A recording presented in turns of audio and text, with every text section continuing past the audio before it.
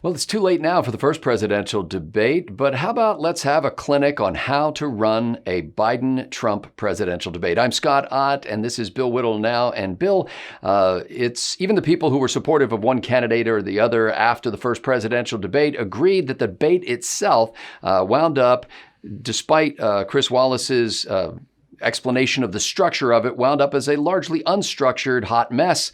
And so I thought, looking forward at the next two debates, if they should happen, I'd be interested in your thoughts on both structure and the role of the moderator specifically. And let's deal with the easy one up front. I mean, they tried in the first debate to do kind of 6 topics and have a 2-minute opening statement and then 15 minutes of interaction among the candidates. That kind of broke down almost immediately. Is there a way that you would structure a debate, not just in general among presidential candidates, but for these two guys, that you think might be a more fruitful structure with 90 minutes, 2 hours, 4 hours, 60 minutes, whatever you want? My first response to that would be to just not have a moderator at all. I mean, really, so much of the chaos was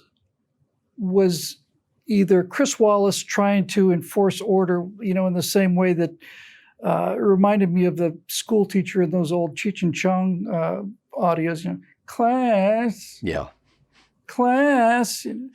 It was, and so you've got that, and then you've got the whole, headwind and stuff. And I think that if these two guys if they're going to stand there and argue with each other and get hot about it, then it's much easier to follow if there's not somebody in there constantly trying to break up the exchange and try to bring some semblance to order to something that really didn't have any order. And frankly, Bill, that suggestion, which you jumped right into the second half of my planned discussion here, so you've already broken the structure of my programming here. Mm-hmm. But that, removing the moderator from the recipe, also takes away a tool from each of the combatants, because the presidential candidates themselves use the moderator to their advantage. How do you think that would affect the outcome? Well, I don't think there's any question whatsoever at all, none, that to the degree that moderators affect the outcome, they affect the outcome in favor of the Democrats. We saw many times last night where Chris Wallace interrupted President Trump or pushed him on an issue and didn't push Biden. It's like it's so common that we don't even see it anymore. It's just accepted as par for the course. So if the moderator were to go away, whatever disadvantages that may cause the Trump campaign be nothing compared to the disadvantages that the Biden campaign would suffer.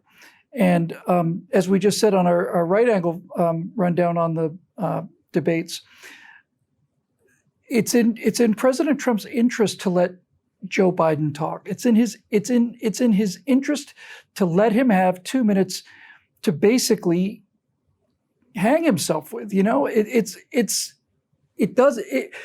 If the guy's having a hard time putting sentences together and his policies are as bad as they actually are, then it's in the president's interest to allow him to say what he needs to say. If he had allowed him to say that I support the Green New Deal, then he wouldn't have given him the wiggle room out, which Biden said, no, I don't support the Green New Deal. I support, my plan and stuff. But taking the moderator out of it makes it a discussion, maybe a heated discussion, but it's at least a discussion. It's not a discussion that's being fractured with a gavel, and it was not the greatest moment. I would suggest that there's advantage to the president as well. And in fact, he used that advantage vigorously in that first debate. And if you look at the footage, the image that comes back to me anytime President Trump was addressing the moderator, Chris Wallace, rather. Wallace. There were 2 hand gestures associated with that. One is when Wallace started to talk and Trump did this and put his finger up or his hand up, like, I'm controlling the time here. And number 2 was when he was attacking Chris Wallace by pointing at him. And you'll see him repeatedly do this as the Wallace, actually with his right hand, as Wallace was trying to talk. Both of those play to the president's advantage with his base, because he's basically telling the mainstream media, shut up, and here's my problem with you. And that's something that the president's supporters just love. Rightfully so. We've been, as I said, it's entirely possible that Candy Crowley cost Mitt Romney the election in 2012. That's not out of the realm of possibility. The moderators throw themselves in front of the Democratic candidates. Oh, that's not what I'm saying. You're making your original point. I'm saying that the president loved having Chris Wallace there. Well, if he did, I didn't. If he did, I didn't. I thought that the constant interruptions and the constant effort to restore order to an evening that clearly wasn't going to be an ordered evening just made things much, much worse. So it's possible that, the two candidates could come out on the stage. There's no moderator there. Some usher stands up and reads the rules to the audience so that they know when to applaud or when not to applaud. Or maybe we don't. Oh, that's another thing, by the way. That's another thing. I would never allow audiences in a debate, ever. Interesting. I thought you'd go just the opposite way and say I would never allow them to control the reaction of the audience. Nope. I never would. I think that business of I remember this so many times where somebody would say something or make a point and the audience would applaud and this. I think that's just really, really bad. And it adds weight to what the candidate says based on the reaction of the audience rather than just based on the content of what he said. Yeah, and it just cranks up the anxiety level. It's no longer a debate. Now it's a epic rap battle. It's like who's going to burn the other guy the most and get the biggest ooh, out of the crowd. So they could get up there on stage, and just in front of them there would be TV monitors, and the debate would start. The clock would chime, and they would look at this monitor, and it would say healthcare, and that's it. Right. And then I'd have a yellow light and a red light, and 10 seconds after the red light went on, I'd cut the audio to both microphones. Yeah, that's something that many Americans began to yearn for during that debate. So let's say you do have a moderator, because chances are these events are generally sponsored by people who want to have moderators. There are a couple of ways that you can conduct yourself as a moderator, and maybe we need some reform in that area. You could just ask bland questions such as, Mr. President, please state your views on healthcare. Or you could ask provocative questions by saying, Mr. President, your critics have said that you did this. And so which do you think is the better approach to that? Oh, the first one by far. We saw a lot of the issues last night were essentially they're poison pills. It really is a version of when did you stop beating your wife kind of thing. This question that tied the wildfires into climate change is insane. And if Joe Biden wants to tie the wildfires into climate change, that's one thing. But to have the moderator serve it up on a plate like that is just, again, it's like we keep walking into these kill zones. And I don't know.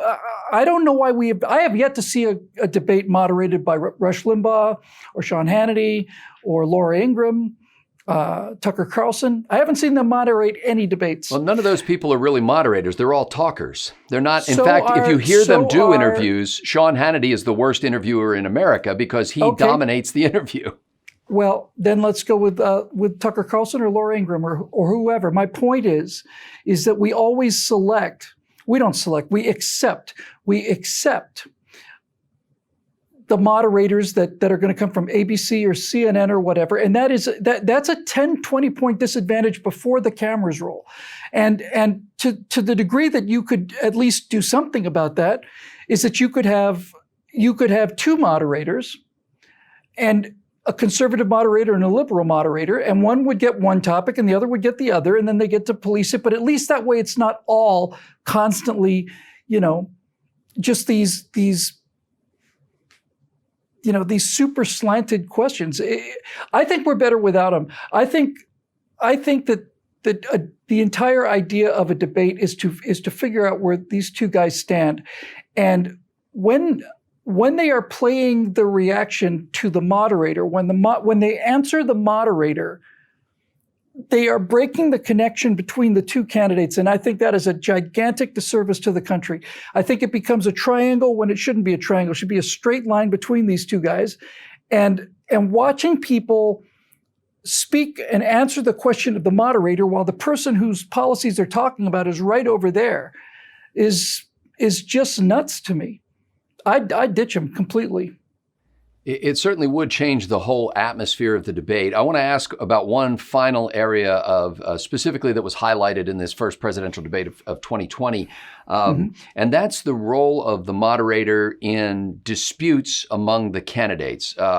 Chris Wallace rapidly became sort of like that teacher you're talking about in the Cheech and Chong skits, he just seemed helpless to do anything about it. But then it occurred to me while the debate was going on, this is the president of the United States, and Chris Wallace is just a guy, and he really has no power to enforce the rules other than to call on the sort of moral character of the combatants and say, look, your teams agreed to these rules, which Wallace did say, but then they ignored him again. So do you think the moderator should intervene at all in these kind of spats? And frankly, is there any way to rein in any president of the United States, let alone Donald Trump?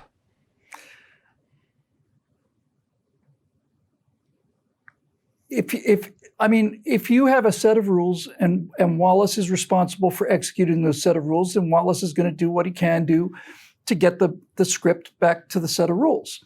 We've already talked about why I think that's a very bad idea. The idea of having the moderator and the power that they have, I think it's all a bad idea.